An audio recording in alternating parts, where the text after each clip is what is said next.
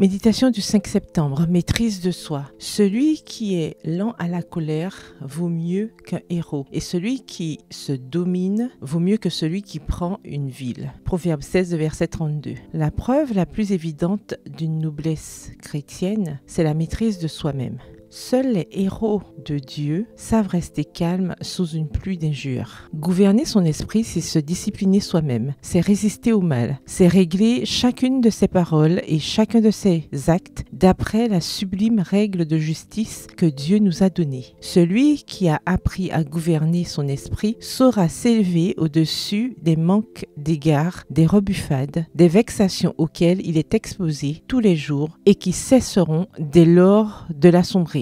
Dieu veut assurer la domination dans la vie des êtres humains du pouvoir royal d'une raison sanctifiée dirigée par la grâce divine. Ce pouvoir est en possession de celui qui sait gouverner son esprit. Extrait du livre Message à la jeunesse, le chapitre 35 à la page 132. Le corps est le moyen essentiel par lequel l'esprit et l'âme se développent pour l'édification du caractère. C'est pourquoi l'ennemi de nos âmes dirige ses tentations vers l'affaiblissement et l'avilissement des forces physiques. Les dispositions de la nature non contrôlées par une puissance supérieure amènent l'homme à la déchéance et à la mort. Le corps doit être soumis à cette puissance supérieure et ses passions contrôlées par la volonté, soumises elles-mêmes au Seigneur. Les forces intellectuelles, la vigueur physique, comme la durée de la vie, dépendent de lois immuables. En obéissant à ces lois, l'homme arrive à se dominer, à maîtriser ses propres inclinations, ainsi que les principautés et les puissances de ce monde de ténèbres et des esprits méchants dans les lieux célestes. Éphésiens 6, verset 12. Les jeunes d'aujourd'hui peuvent posséder l'esprit qui animait Daniel. Ils peuvent s'abreuver à la même source, posséder la même puissance sur eux-mêmes et révéler dans leur vie la même grâce spirituelle, même dans les circonstances les plus défavorables. Bien que portés à l'indulgence envers eux-mêmes,